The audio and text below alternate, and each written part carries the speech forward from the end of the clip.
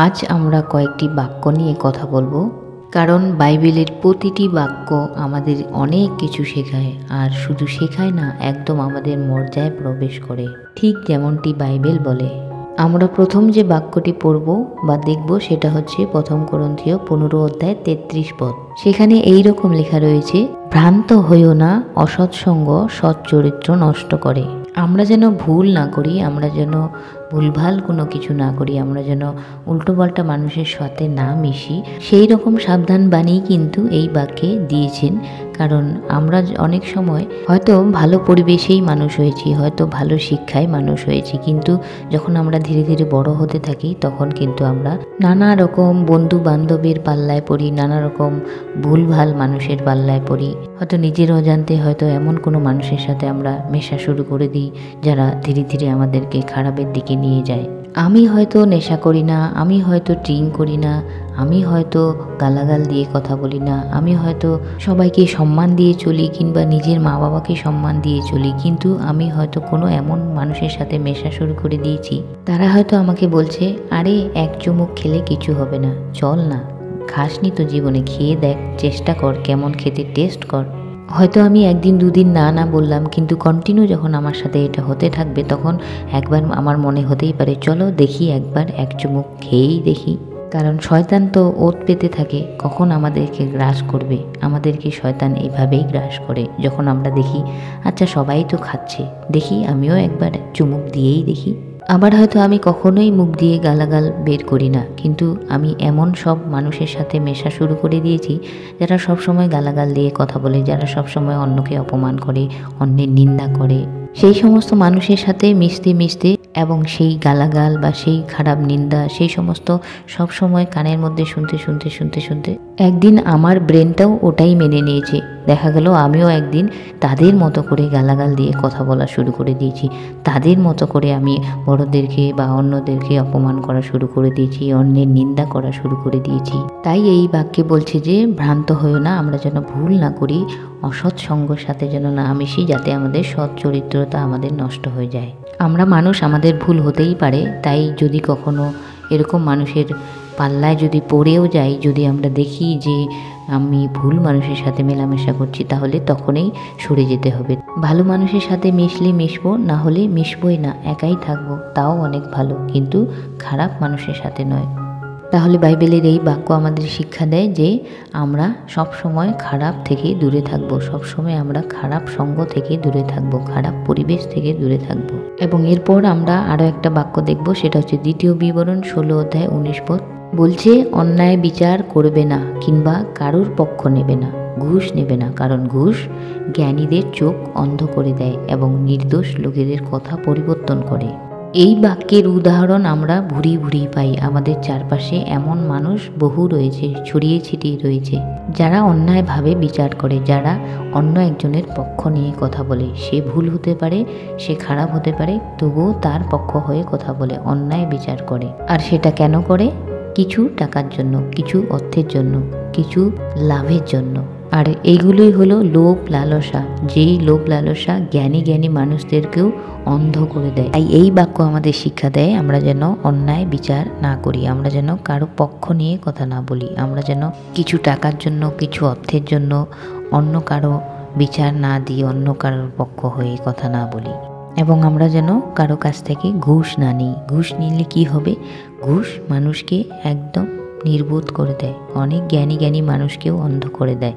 ঘুষ নিলে মানুষ তখন ভালো মন্দ বিচার করার ক্ষমতা হারিয়ে ফেলে।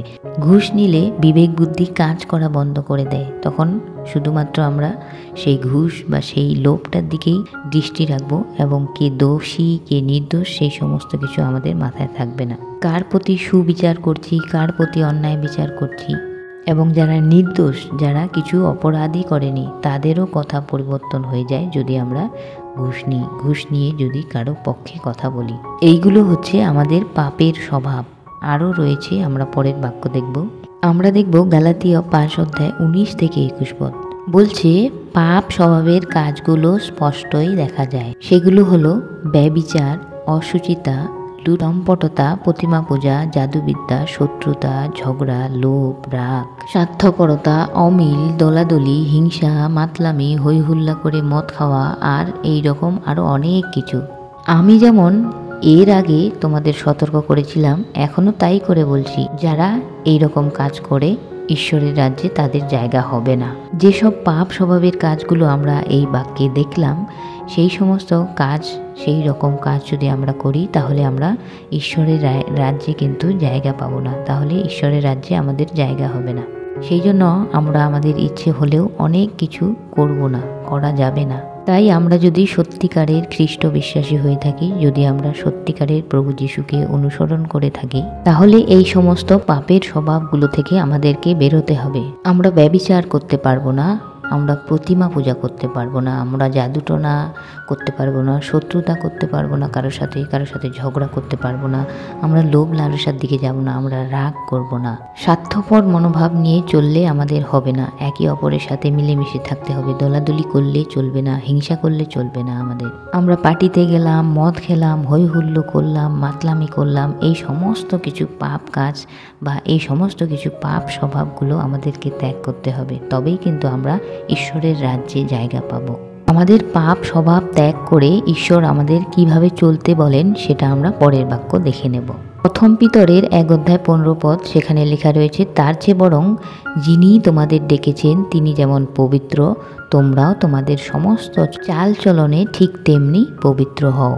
প্রভু যিশু যিনি আমাদের ডেকেছেন তিনি পবিত্র, সেই রকম পবিত্রতায় আমরাও যেন চলি, আমাদের চাল চলন যেন প্রভু যিশুর মতো পবিত্র হয়। যেমন প্রভু যিশু পবিত্র, সেই রকম যেন আমরাও প্রভু যিশুর পথে চলি, প্রভু যিশুকে অনুসরণ করে চলি। তাই আমরা চেষ্টা করব পবিত্রতায় চলতে এবং ঈশ্বরের আদেশ বা বাইবেলের বাক্য অনুযায়ী চলতে। তাহলে ঈশ্বর আমাদের বলেন যে, যোহন 8 অধ্যায় 31 পদ, আমার কথা মতো যদি আপনারা চলেন তবে সত্যি আপনারা আমার শিষ্য। আমরা যদি ঈশ্বরের শিষ্য হতে চাই, তাহলে আমাদেরকে ঈশ্বরের কথা মতো চলতে হবে, অর্থাৎ বাইবেলের প্রত্যেকটি বাক্য মেনে চলতে হবে, বাইবেল অনুসারে আমাদেরকে চলতে হবে।